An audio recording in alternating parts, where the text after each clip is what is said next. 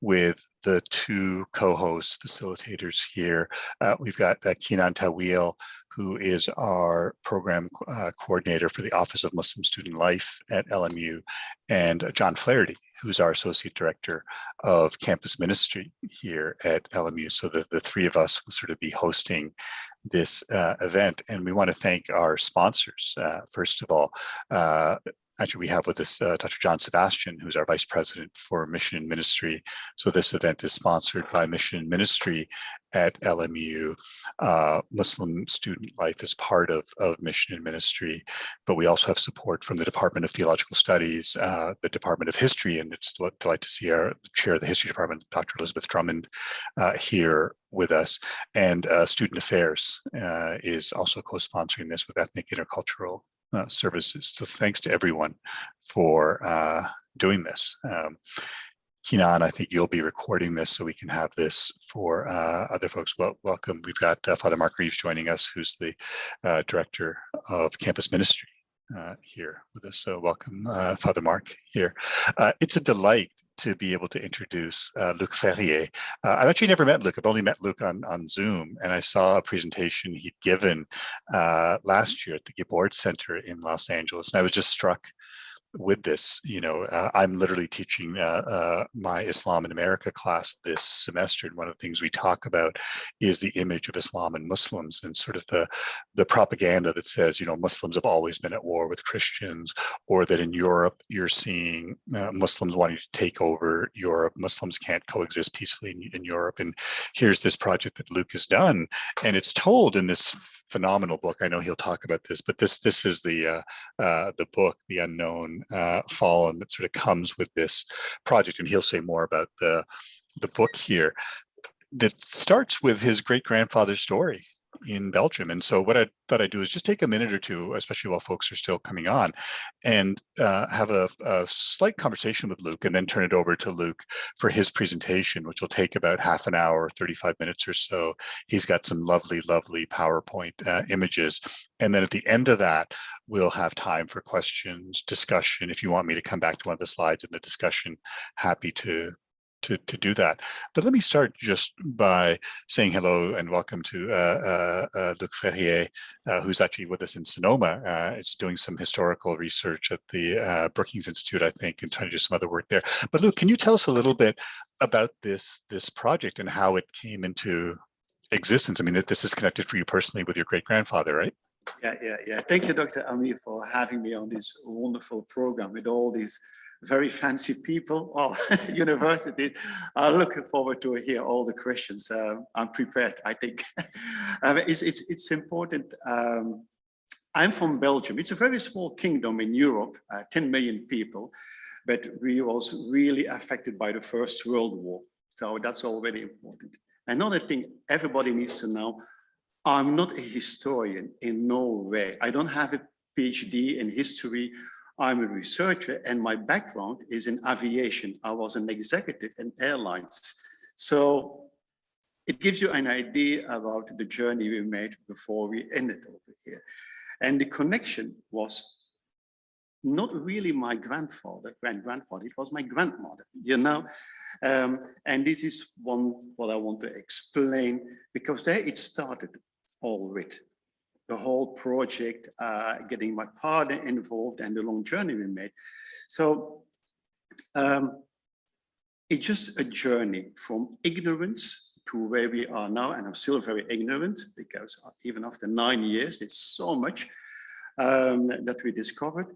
But yeah, it has been more also a journey for me, and traveling and around the world.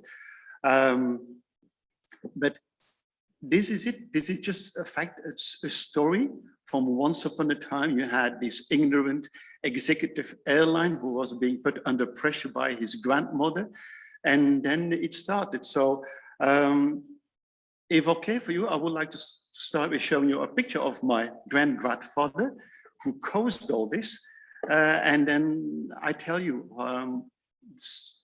what he did to me.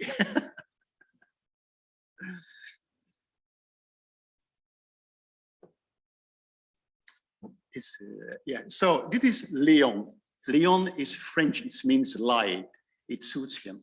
So he was a professional soldier before the war, and you have two images, one before the war and after the war. And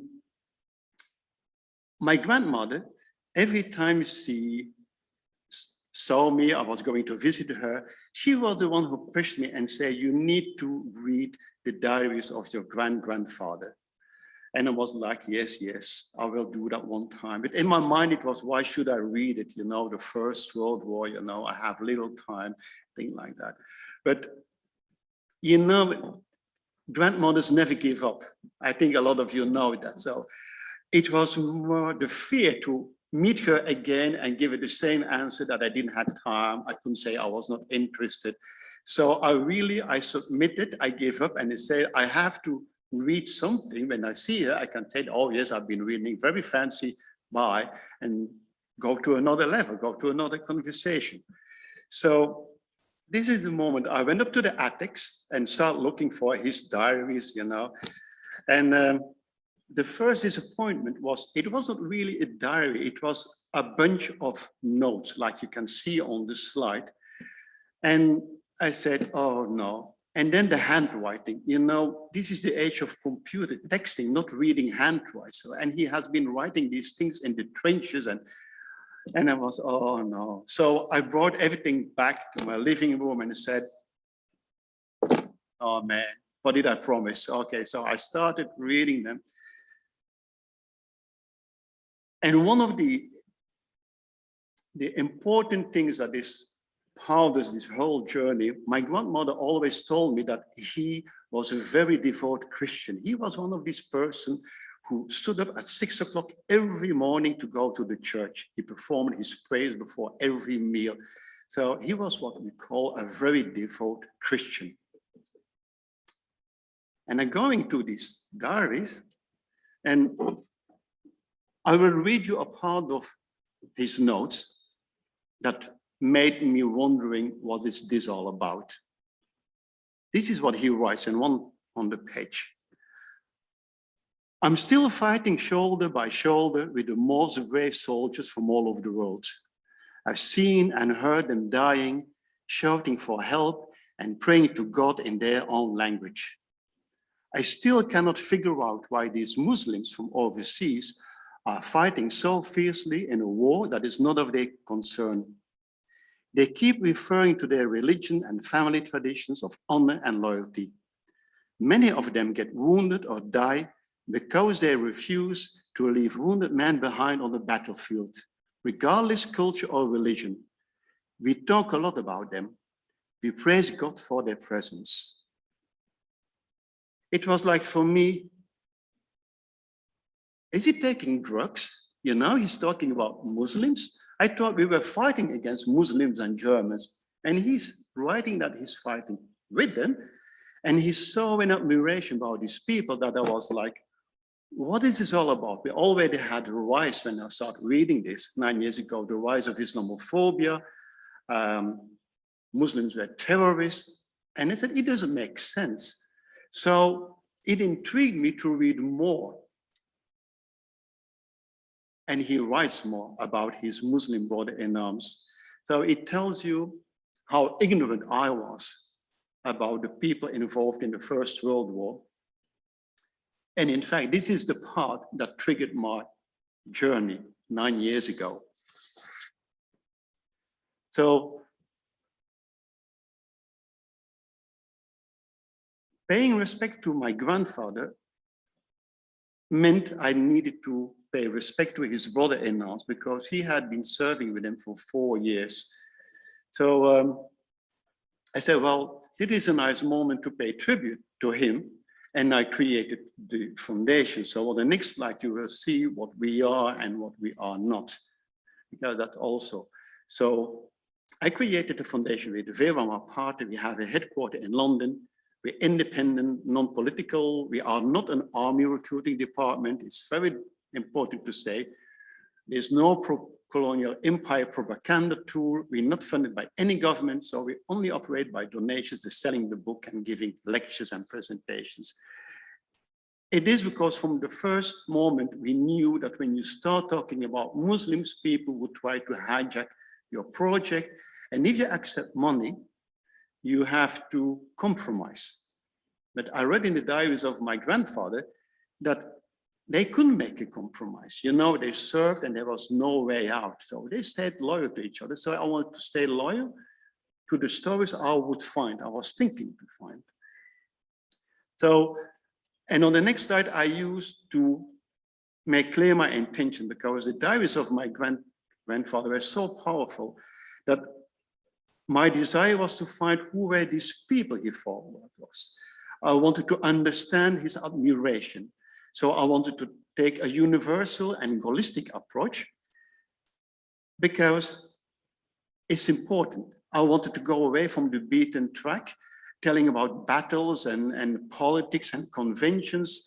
And I was fascinated to try to understand how these people from all these countries and nations, and certainly Muslims, how they got along or not. So that was the basic. So on the slide, you see all these countries, because that was, I discovered in my journey that it was really a world war, but that I wasn't interested in technical elements and of how, and the generals and all these things. I want to know who were these people. So on the next slide, the challenge was, I have this idea. I want to pay tribute to my great-grandfather. And I started to make calls and writing letters to libraries in Belgium. And I was getting desperate, because everybody came back with links and files to the Battle of the Somme, the Convention of Versailles, how it was started, the murder of the Archduke. I was not interested in that. I said, who were these people? And everybody came back that we don't have any files. I said, look, I have my grandfather talking about Muslims. Where did they come from? You know, how did they view that? What was the relationship between all these soldiers in the trenches with all these different? And I was getting desperate. Nobody gave me an answer. So this is when I was thinking about a good friend of mine, Eugene Rogan, who was the chair of the Middle East Center at Oxford University. And I called him and said, look, I want to do research on the individuals, on their emotions, on their relationship. And I still remember he had a big laugh with me. And he said, look, you're not a historian, you know, and you need to understand a little bit before you start on that journey. You create a foundation. You should have talked with me first, you know. So he invited me and Vera to Oxford, and he gave me a workshop of 2 days, man. So he explained me, look, historians, we like to tell stories that we're interested in data, in agreements, in political discourse, the communication between that. There's very little of his colleagues, he told me, of who were interested in the individual stories, the feelings, personal motivations, because it was not well kept, you know. He even didn't have an idea where to start. But he said, you're going to find a lot of stuff not in the libraries and not in the archives, because what happens when you have documents and nobody is asking for them for 50 years, it moves to a small place in the library. And then it goes into the basement or the attics. And after 100 years, it gets destroyed or it gets up. You won't imagine. So these structures, they keep documents that are beneficial for historians and education.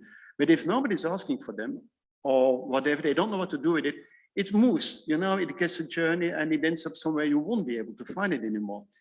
The other thing is that he said, look, after the First World War, a lot of documents, nobody was asking for them, but also they couldn't read them. Like the main part of them were in France or in Germany or in Belgium, but they couldn't read Arabic. They couldn't read all the dialects. They couldn't read the languages from Far East India, the people who came from undivided India, Pakistan, Bangladesh. So they wrapped it up and yeah, somebody will ask for them, but nobody asked for it. So he said, when you will start, you're going to need to start really from the basic, trying to find families, trying to find you're going to have to go down. You're going to have Indiana Jones, go in these basements. You're going to have a lot of fun over there and open all the boxes, because this is where you're going to need to find them. And I don't do research in basement analytics. I go to the archives and I look in libraries and I have people working for me.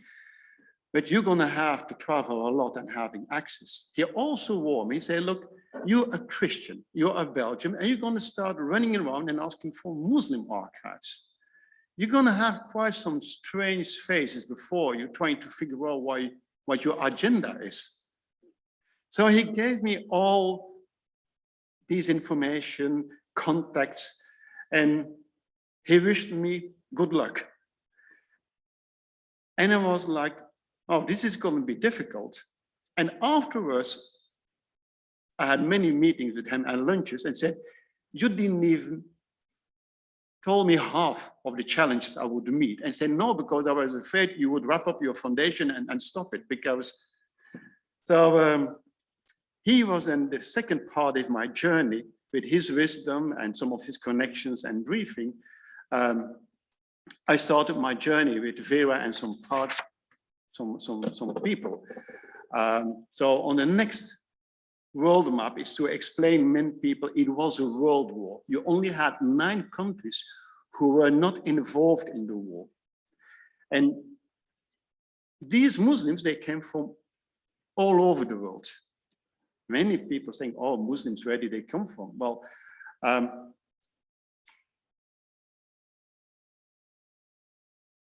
if you know that today we figured out that we can prove that 4.5 million Muslims contributed in the First World War, you have an idea they had to come from everywhere. And we were surprised they didn't all come from the Gulf. It was a little part of the Gulf.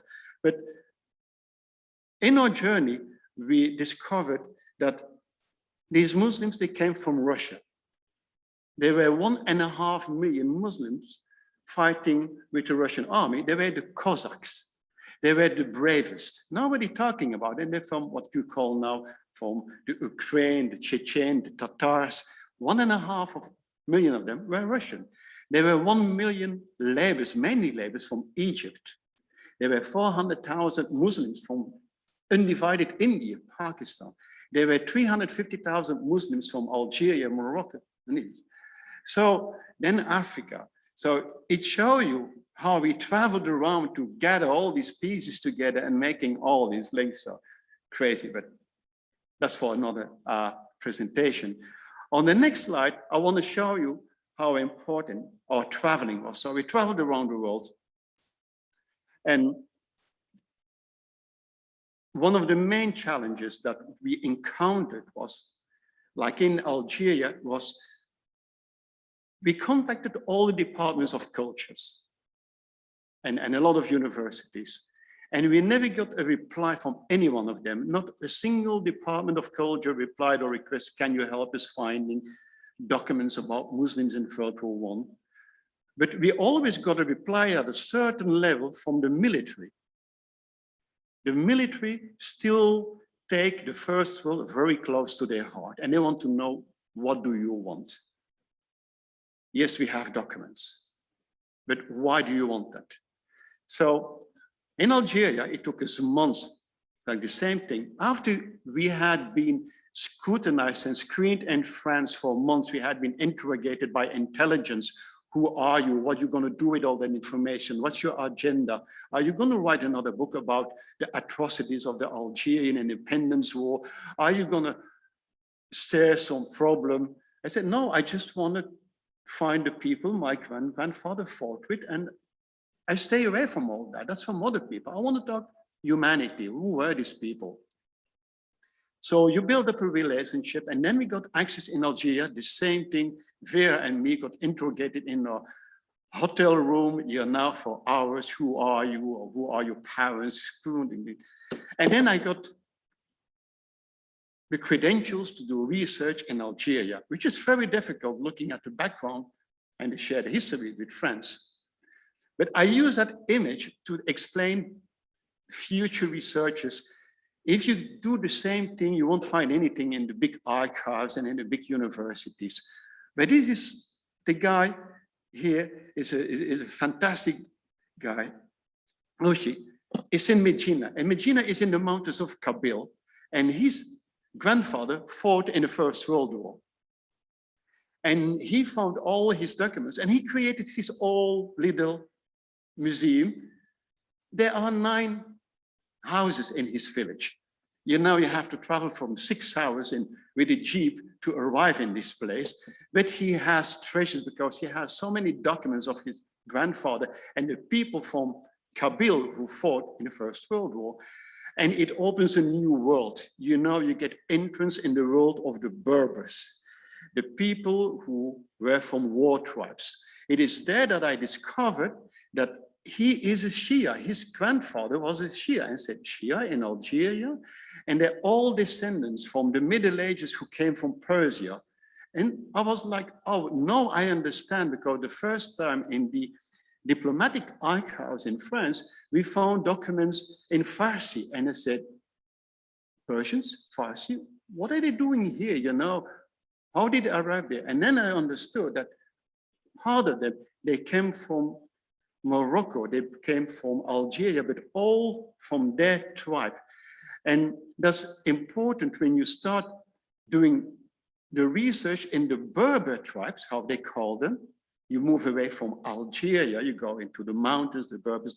Then you start to learn about the fact that most of these soldiers, they were Amazi. You know, they came from their tribe, from Tunisia, from Libya, from even Morocco. And you start to understand them, and you start to understand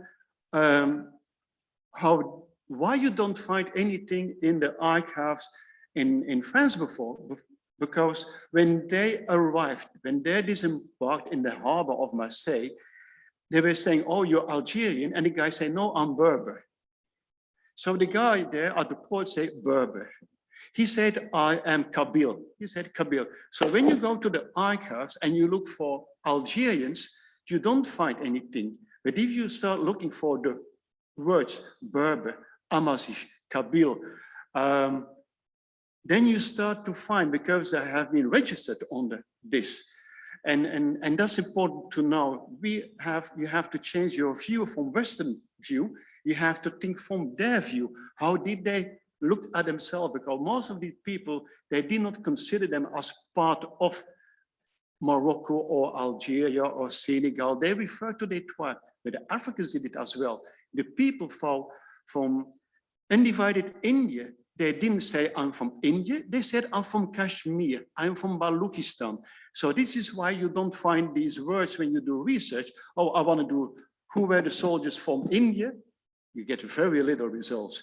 If you start to use the names from where the tribes they came from, it starts expanding. So that's really important in doing that research.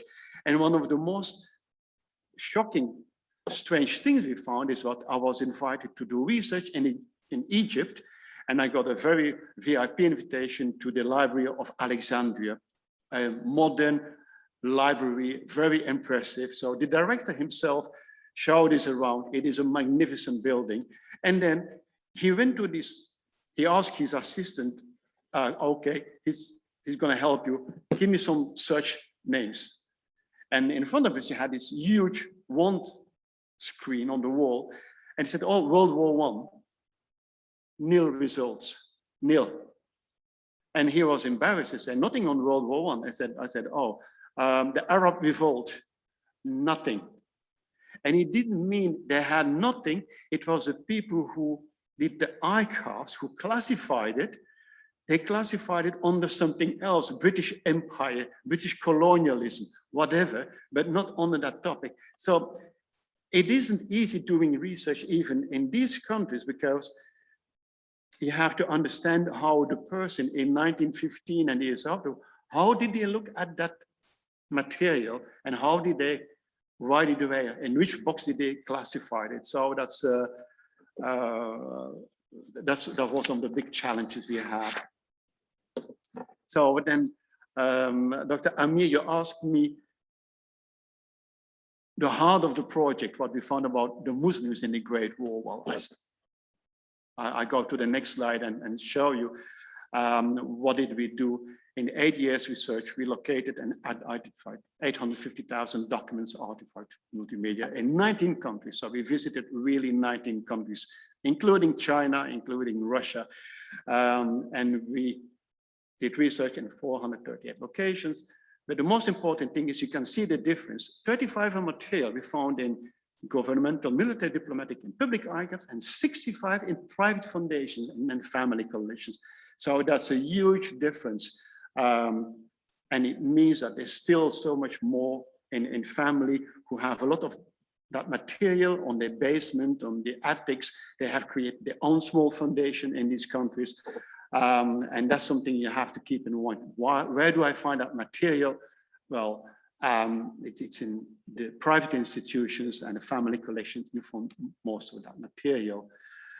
On the next slides, a summary. So we can prove, we're very careful on what the numbers we use, because you get a backslash from the far right who try to diminish that figure. So we can prove that at least 4.5 million Muslim soldiers and laborers participated alongside the Allied forces in the First World War. And from the 1.4 million soldiers from undivided India, 400,000 were Muslim. You had 1.5 million from Russia. You had at least 500,000 Chinese laborers involved, and 100,000 of them were Muslim. In total of North Africa, laborers and soldiers, you had 580,000. From the 23 African countries who contributed, we know that at least 100,000 of all the soldiers were Muslim. There were 177 different ethnic tribes. They don't consider countries to them. We mentioned 23 countries, but they look into Africa as 177 tribes. That's a big difference if you approach that topic. But most of it is that we discovered the truths that about the myth that Muslims have not played a positive role in European or to modern history. Thus, legitimately making the case that Muslims are stakeholders in modern society. This is something I ask young people about and non-Muslims. You had 4.5 million Muslims fighting for the freedom for Europe in a war none of them making. Does that not make them stakeholders in Europe? It's something you have to think about. It's something I use to open debate. And because it was not their war. And then people say, why did they engage? Well, I keep the individual reason in, because we're looking at individual stories. They all had their own reason. But I also told them, Ferrier and me and my team, we went out to look for the Muslim contribution in World War I, and we discovered the beauty of humanity in the most gruesome circumstances. I also take that opportunity, as you can see on the next slide, to mention the fact that you had 4.7 million American soldiers who paid a very heavy price. They only engaged in the First World War in 1917, but they lost 116,000 people in a single year. That is huge. And we don't, in these 160,000 daily casualties and the 4.7 American soldiers, we don't include all the nurses who went over, the volunteers from the Salvation Army, the Quakers, even the Amish community we found. They're not in that package. And then, of course, we had at least 5,000 Muslims who joined the American forces. They are much more enlisted because a lot of Muslims, when they arrived in America, they changed their name because they were afraid for persecution. So they enlisted with a Christian name, but in fact they were Muslim. They did not abandon their faith. It makes it more complicated, but there were more. Also, there were a lot of Muslims who didn't want to wait until America joined the war, and they went to Canada to enlist them to engage into the war. So all research has been limited on that, but based on what we found in Europe, it didn't match because they had their parents were mentioned from America, but they enlisted under Canadian flag. So there are more than 5,000 American Muslims who joined the war, but some of them under another name, some of them difficult to trace, and then the people who joined under the Canadian flag. The connection between Muslim and Christians interfaith, that was the next topic from Dr. Amir that I want to tell you. Now, this is we have many of these images, but when I found it so like the other, so powerful. It's not a photo op, it's not Photoshopped, it's a real image who explains and invites you to go in a discussion. There are two things you need to know. First of all, we need to take distance from the movies we see from Hollywood and Britain, that you had a British regiment and a French regiment. Yes, we all had our own regiment until 2 battles. And then the slaughter happened and the regiments were really destroyed. But officers, they had one objective. They needed to reform new divisions, new regiments, and they grabbed everybody who was still alive. And they didn't care what your background was or even your uniform. They had to reform new regiments. But that image tells you a lot. And I want to stick to 2 things. First of all, these people, when they arrived, they were proud about their identity, their uniform. You know, it was what they were. And you can see, this is one regiment in Thessaloniki in the Balkan who were fighting together as one unit. And you can see the Montenegrin, the British, the Serbian, the Italian, the French Zouave, the Indian, the Greek is one who's kneeling, the Chinese Russian, the French Senegalese. I call them the first expendables. But the most information we got about these people were from the nurses. The nurses were from Scotland.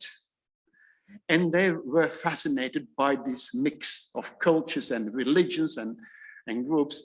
And what I want people to remember, because I can give a whole lecture of 2 hours on them, is that I looked at incident reports, because you have 19 people never met each other fighting in a war who's not there in the Balkan. So how did they communicate with each other? How did they explain each other? You know, how did they get along?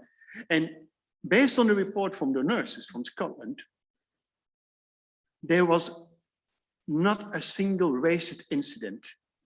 There was a reason why some soldiers complained, and it's not what you would assume to be, but it's so human.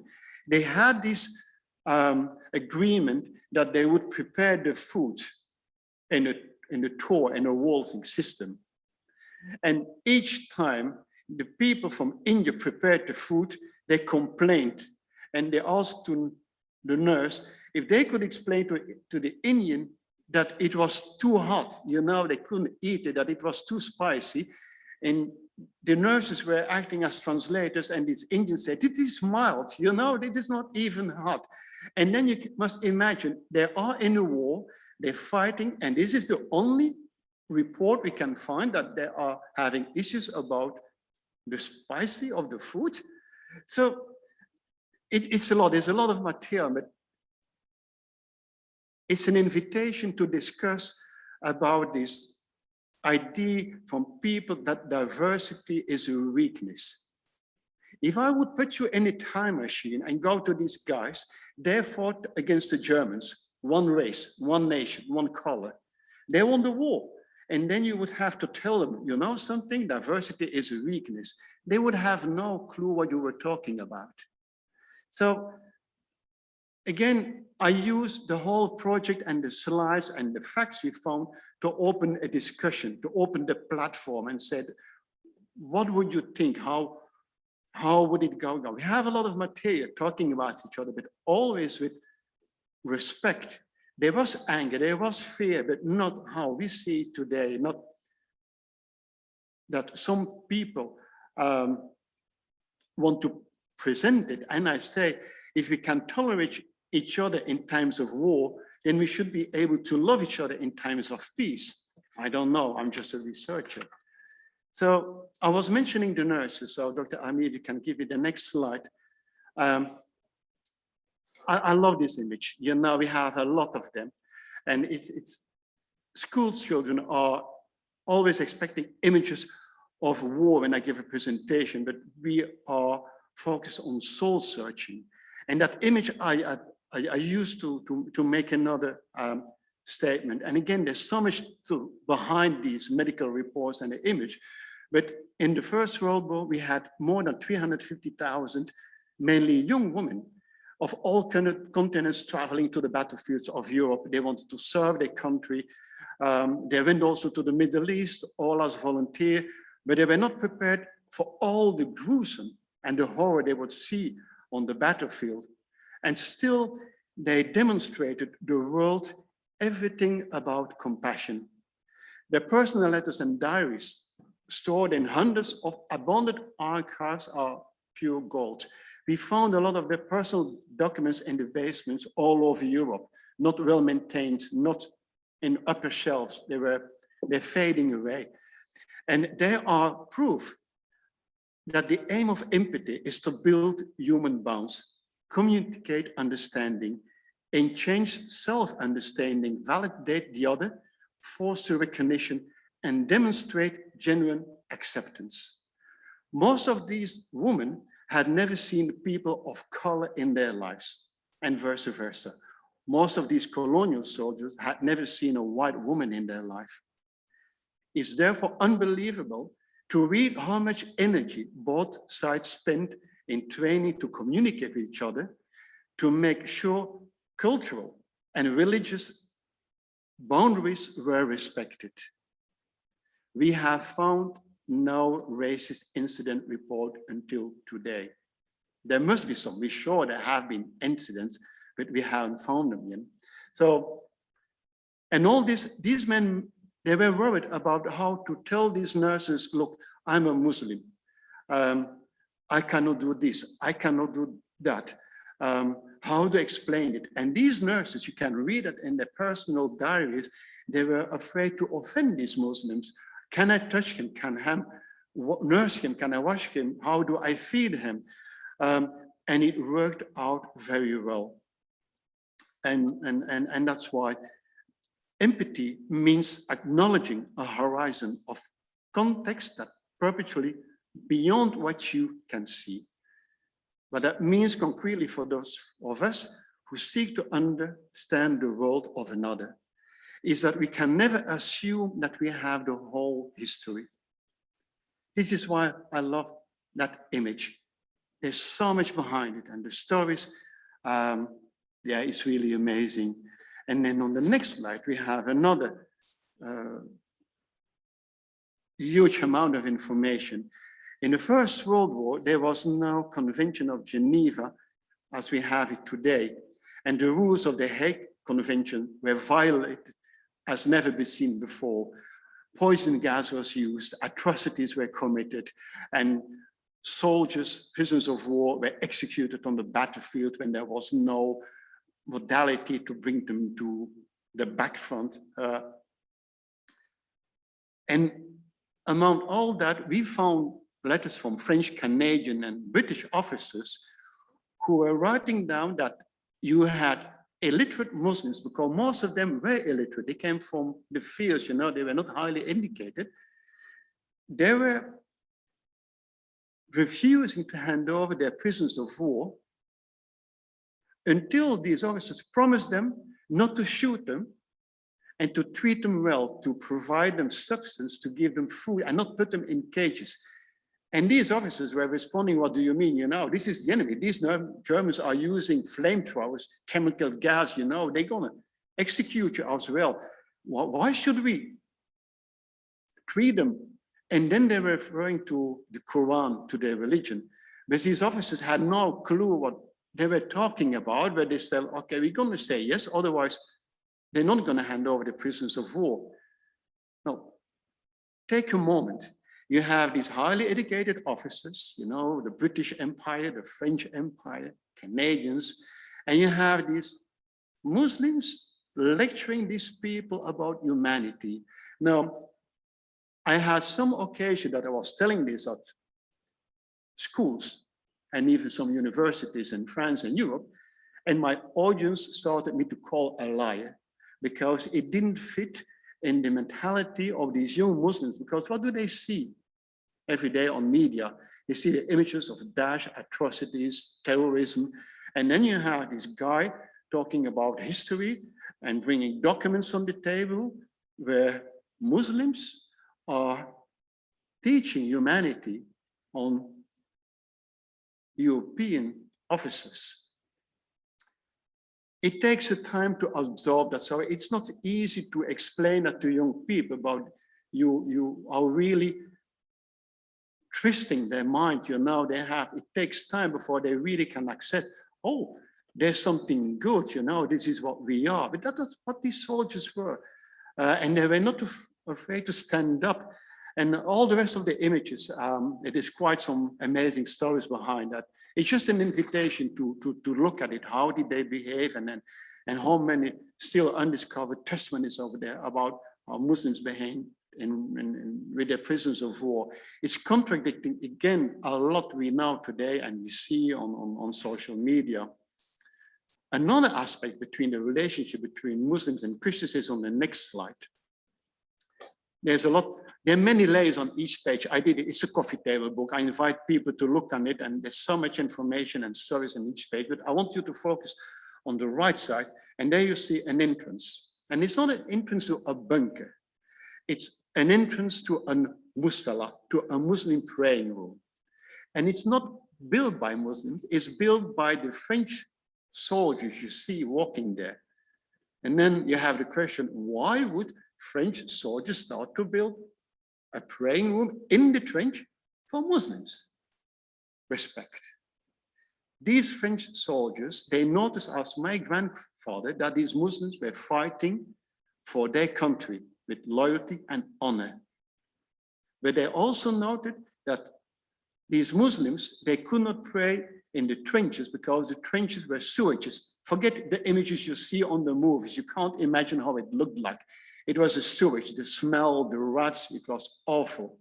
So they did not kneel to perform their prayers. They were standing. And the French, and what I'm saying is written down in several reports, military records, that they noted that on some occasions, Muslims were shot by German snipers because they got distracted. And they get in the target of German snipers and were shot. And at a certain moment, these French were saying this has to stop. They need a place where they can perform their prayers in peace and safety. And they started to pray to constrict this more. They only left 3 in Europe. In the recent year, 2 have been destroyed by the far right because it's a testament about the fact that these soldiers, these French, they didn't know what the Quran was. They didn't know nothing about Islam, but they represented the Quran. These soldiers were fighting hard with loyalty. And this is what the French soldiers said, this is the only thing what we can do. And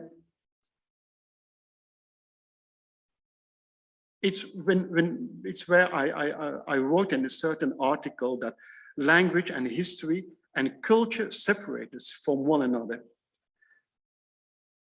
So there's lack of respect for anyone or anything that may deviate from our ethnocentric view of the world. We honor what we know, even though we do not agree with it. Because of understanding of the other is always proximate, we are often suspended in a position between knowing and not knowing. Therefore, understanding is always accompanied by humility. Because meaningful human life depends on some measures of empathy, the desire to understand those who are the other to us may be enough to build community. So what these soldiers were doing was implementing in a certain way the vision of Cicero. When he wrote, I'm a human, nothing human is alien to me.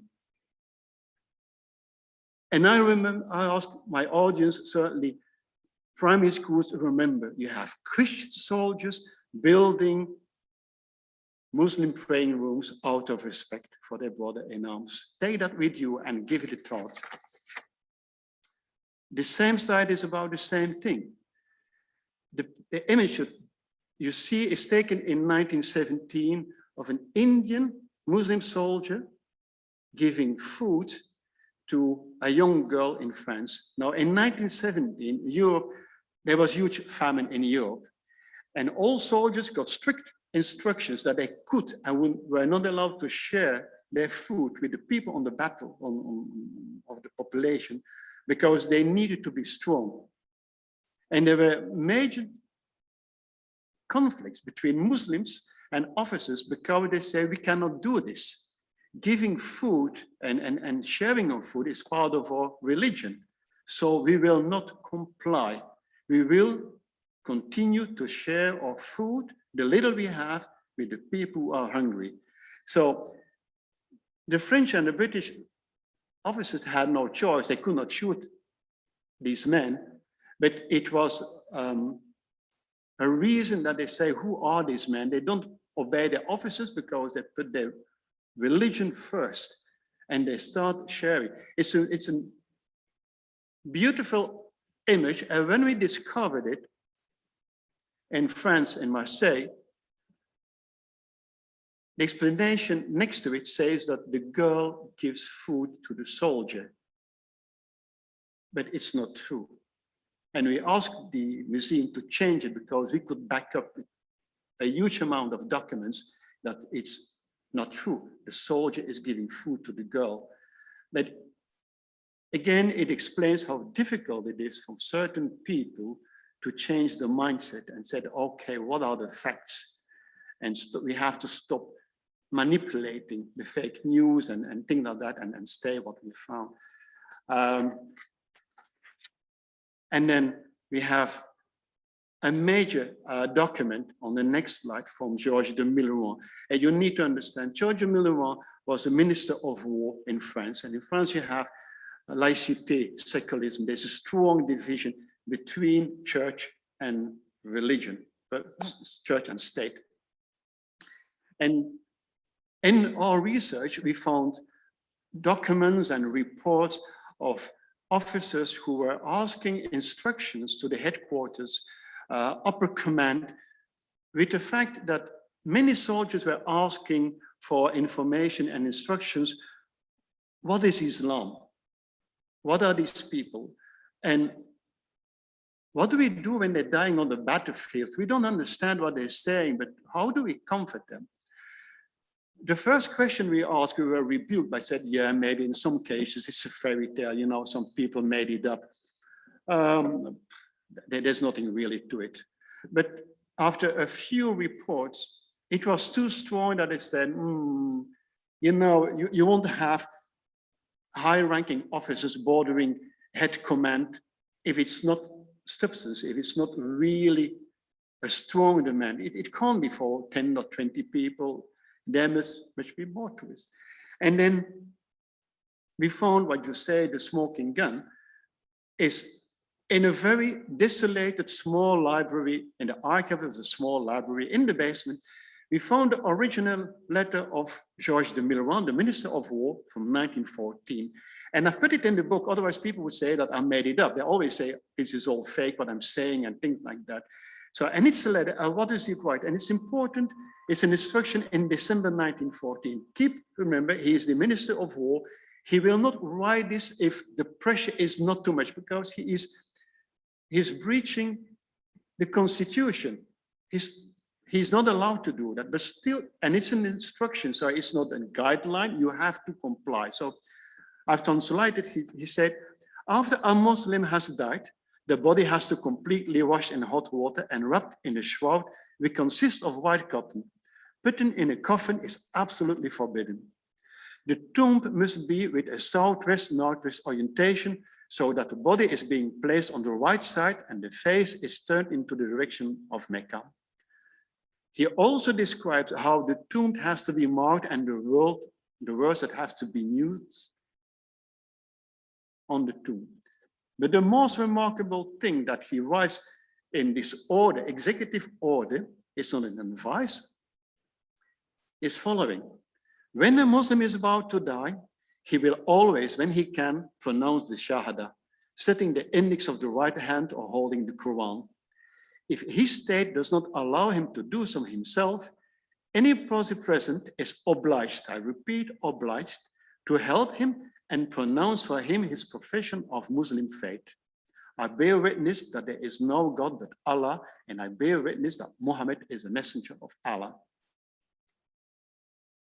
Imagine you have a minister of war instructing French soldiers to perform the Shahada on the battlefield on behalf of Muslims who are not able to pronounce it anymore.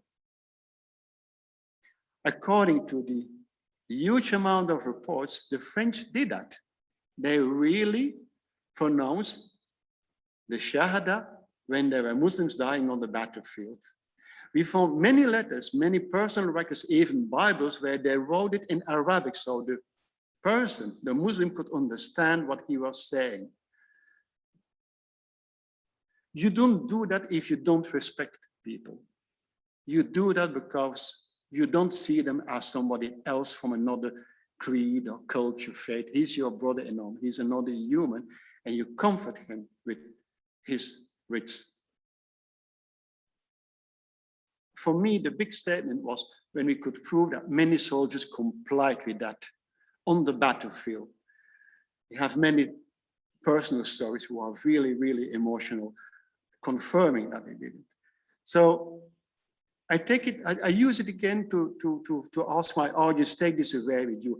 If saying the Shahada on behalf of these Muslim soldiers was not a big fuss, what is all the big fuss today? Where did it go wrong? When did it change that everything became an issue? I have a lot of young people who are asking me, so when these French and Canadian and Belgian soldiers pronounced the Shahada on behalf of these Muslims, did they become a Muslim then? And then you have to say, no, they did not become a Muslim because they pronounced. But it's always an interesting point to see how people are thinking. It's like that verse, it's like a spell, you know, it's like some, I think it's beautiful. It's history, it's reality. On the next image I use, it was not uncommon before the battle that you have Muslims and Christians praying together before battle. It's another thing about topic that I use and to explain people. They knew, illiterate they were, they knew we are all children of the same book. They knew that, these Christians and the Jews, that we are the Abrahamic faith. A lot of people don't know that today. But what is really important in our research that we discovered is that they are praying for many things. But in some topic always come back.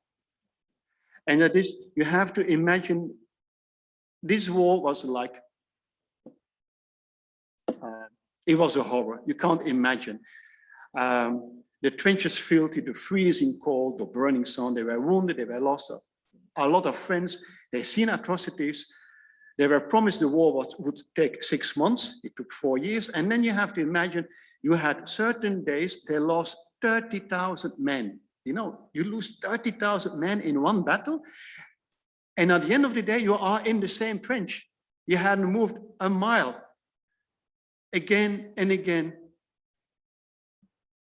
So trying to understand this state of mind is unbelievable. You cannot do that. It's incomprehensive. But in many letters, in many of the personal diaries, they're even writing in a small Quran. But they also pray for something else. And they pray for guidance, because in one of these battles, they're really losing their mind almost. They are really angry about losing their friends, about they want to go home. And then suddenly they have a prisoner of war in front of them. And this is why they write a lot about it. And we never talk about it, which is a shame. Another moment, they pray for strength because they have all this anger and they have this prisoner of war. And they know, this is what they write in their diaries, they know that evil does not only come to you when you're weak, and I mean real evil. Evil that they have seen. They know that evil that they have seen come to us when we are strong, especially when we are strong, when we have power, when we can take revenge, when we can decide about life and death, when we have the ability to choose how much pain we will inflict, to be merciful or not. That's when evil reaches out to us. And that's what these Muslims, Christians, Jews, Hindu, soldiers of faith pray for strength not to go that way. This is what they write in their personal diaries. Give me strength, give me faith.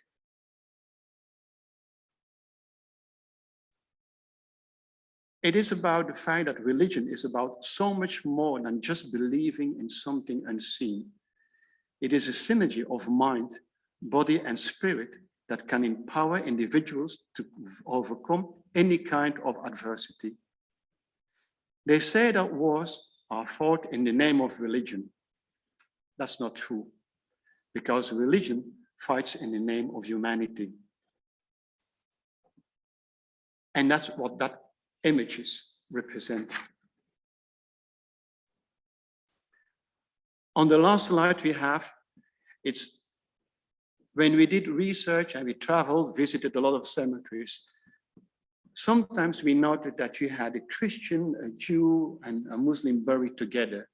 It's a fact. And when we ask for information, it's not a coincidence. Now, the story behind the fact that you have these people, it's jaw-dropping. It's not. They asked to be buried together. We have the files.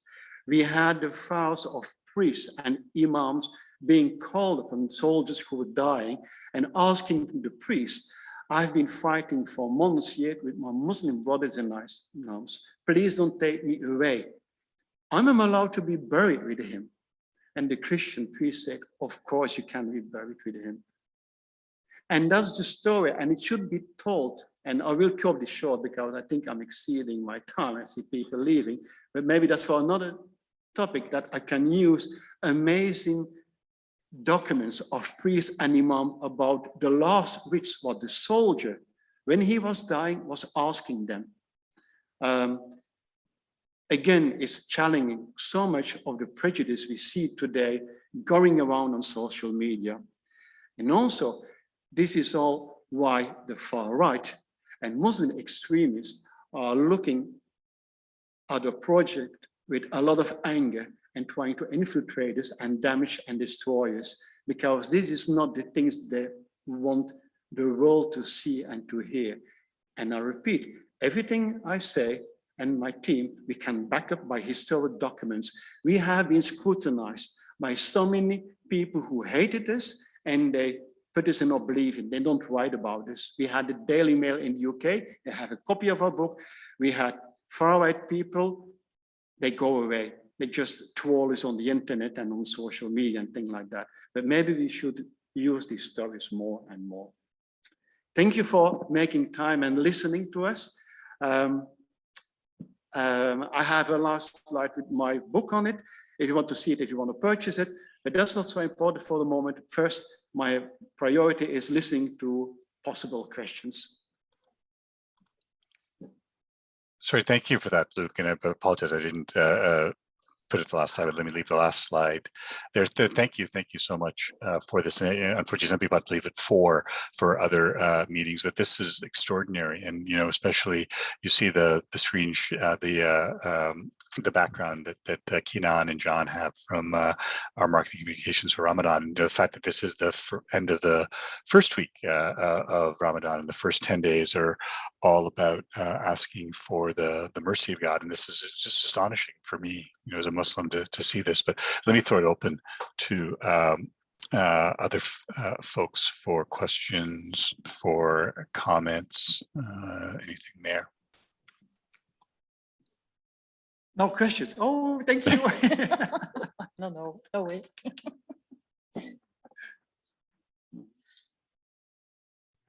just to comment how impressive your research is, and you know, the journey that you've been on as you described it over these years of locating, you know, the information about these fallen soldiers.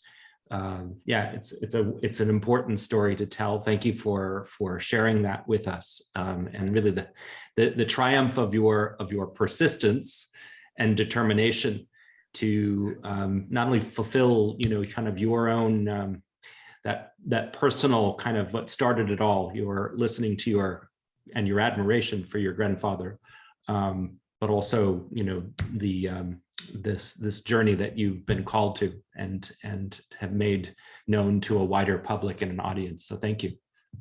Thank you.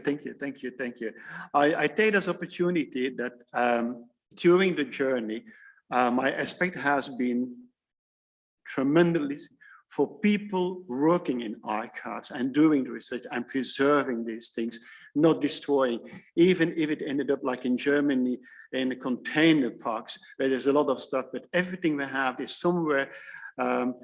People who are sacrificing their social life are spending all day in a dark room trying to preserve text that they do. Sometimes they can't even read, they don't understand, but they said we have to preserve it. And this is something I use on every occasion. Thank you all so much. Thank you, universities, archives, people who are spending and sacrificing their social life instead of going to the pub, staying 2 hours longer, and make sure that the documents are not being destroyed, because a lot of them have been destroyed accidentally in wars or on purpose. And that's a part of my journey. These people are really a major part of that. They keep it alive. And a lot of them have made it possible that I can tell now, because a lot of these archives, they did never expect somebody from Europe showing up in China or in Algeria or in Senegal who was looking for the tribe that they said. I never imagined somebody would call me and even asked for it. And that's a big contribution. And they say, no, I have a box of Belgian chocolates with me. No, that was a big party. But it is, and we should do more on that. You know, if you, I think it's a quote from somebody, if you look at the cost of a library and compare that to the cost of a war, it speaks for themselves. Now, so don't thank me, thank you and your colleagues and the people doing all that job that makes it possible to still find all that precious material. Thanks for that, Luca. Other questions, comments there? I mean, I think what you're doing, again, it's extraordinary in terms of the archive. It's not even archival work. It's the primary sources. It's locating those sources. It's going to like individual homes, finding those things. What has been most surprising for you in your research or sharing the stories? What has taken you by surprise in this process? The continuous repeat of that profound respect between all these people, these nurses, these soldiers, Hindu, Sikh, they were even Jews, and that people feel threatened by what I say. I had major incidents in the audience when I tried to explain that Muslims from Morocco and Algeria were fighting shoulder by Jews, which at that time had a large group in Algeria and Morocco. They did not look at each other as Jew and Morocco. They were Moroccans, you know, they were from the same village, the same tribe, and that respect and that we refuse to accept that. Also that at that time that it is possible, we try to convince people there is a clash of civilization and it's how it always was, and it's not true, we lied. So we have to find that reset button. So in the beginning, we thought, oh, that's a beautiful story, but it's very rare. And we found another story, And the reason why we have been granted so much access is also that the military, when they follow us very closely, if you stick that right, we don't judge. We find human stories and we respect the timeline at that time. What did that person? No. They didn't know anything about politics. Many of them didn't know in which country they were. Many of them, they didn't know the cause of the war, the reason of the war. They just made a commitment and they complied to that commitment. But still, I was admired how they stood the ground about their faith and their humanity. And what is really powerful is that the mutual respect on both sides, for Muslims and Christians, is nobody changed their behavior. My grandfather kept reading his Bible when he was sitting next to the Muslims and where they were doing Ramadan. And he wrote that his friends, they were, okay. The honest is, the first time when they started to do Ramadan in the war, he had a laugh. He said, "You crazy, did this war, you're gonna die, you need the food." But after a few days, he and his colleagues, British, Canadian, Australians, they started to keep food apart to give it to the Muslims so they could break fast. That was respect. So the first few days they said, "Are they serious?" But that respect was that. And it means none of them changed that. They kept their faith. Nobody was endangered by the other's faith. You know, there was not, oh, he's a Muslim or he's a Christian. And the message we can learn from that is what they did not assimilate. They integrated perfectly in the trenches. They came over, they fought a war, but they stood their ground. And this is what today, if you want to belong somewhere, everybody is asking that you assimilate. And then you lose everything you are. You give up your DNA, your culture. That's not okay. You don't earn respect by doing that. That's the message they were giving. You earn more respect if you stand your ground and you integrate, but you kept who you are. And the nurses did that as well. You know, they didn't change their behavior. They said, "Look, I'm a Christian nurse, but I'm here to help you." And they started a dialogue and they were not endangering anyone. These nurses were not, they had no intention to convert Muslims, and these Muslim soldiers had no intention to convert the nurses. So there was mutual respect on both sides. And this is what our biggest surprise, that it kept coming on again and again and again, that it said, wow, this is really powerful. Thank you. Thanks for that, Luke. It's a wonderful example, and I'm delighted that Kenan, we're going to record. It's recorded. We're going to put this up on the YouTube channel because I'd like the students to be able to see this. You know, just the idea of how do people behave, and it's the individual. You know, there's many of us who have veterans, you know, in our family, and I think sometimes that's the powerful kind of thing. It's that example. I mean, you sort of tear up when you hear the example that you gave of, okay, well, here's this you know, Muslim group who's got these prisoners of war, and turn them over and say, no, you can't abuse them, you can't assault them, you can't do this. So you have to treat them with dignity. Or just as you said, you know, here's the Christians and Jews, like, okay, the Muslims are fasting, let's save a little bit of the food so that they'll have something to eat, you know, when it's time for them to break Ramadan. I think that's really just the key is how this faith inspires people, you know, to behave. And I think that this story is really, it's not just a story about, you know, Muslims in World War I. It's 2.5 million stories. It's 4 million stories. You know, I think that's where your work, I think, is so important. I think it was for me the same thing. I'll be honest, I never expected to find all this, you know.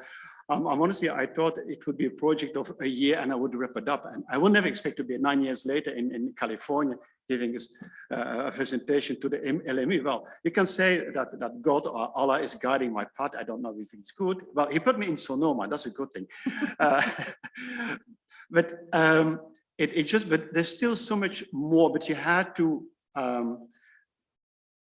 I don't fill in, there's so many empty gaps, and this is why I'm not a historian, and I don't pretend I'm a researcher. Everything I find, I put on the table. I don't know what the soldiers were thinking or saying the next day or the day before. I only have that moment, and I don't want to fill it in. I don't want to contaminate it with my mind setting, with my view. I want to respect, this is what's that moment, and could we please hold that moment for a moment without trying to explain it. There's so many things I don't explain, that I don't know, but will never be know.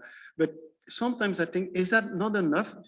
Do we need to know everything? Can we just enjoy that moment and maybe look at each other? These people knew very little about each other's faith, but still they had tremendous respect for each other. I think maybe something it's very basic, but that we lost somewhere on the route. I don't know. No, I think we have, and let me turn it over to Kinan to sort of conclude, because we're sort of coming to the end of our time here. But I think for me, as someone, you know, who's a Muslim, who's the faculty advisor to the Office of Muslim Student Life, I think for me, that's one of the real strengths of having Muslim Student Life within mission and ministry. You know, and I see, you know, both Father Mark, who's our director of campus ministry, and I've already identified, you know, John Ferrier as our associate director of campus ministry, and John Sebastian is our vice president for mission ministry. I think that's really the key, is how do you hold those, you know, how do you hold those stories and those individual stories, those individual sacrifices? Because, you know, we live in this world where we're sold a bill of goods that if it's not 2 million or 4 million or 6 million people, it's not worth it. You know, if you don't have the 10 million Instagram followers, or the, you know, the 10 million likes on your YouTube thing, then it's not worthwhile. No, it's the one story. And that's where, just speaking for me, mission and ministry generally, and campus ministry in particular, has been really helpful for me. So I want to thank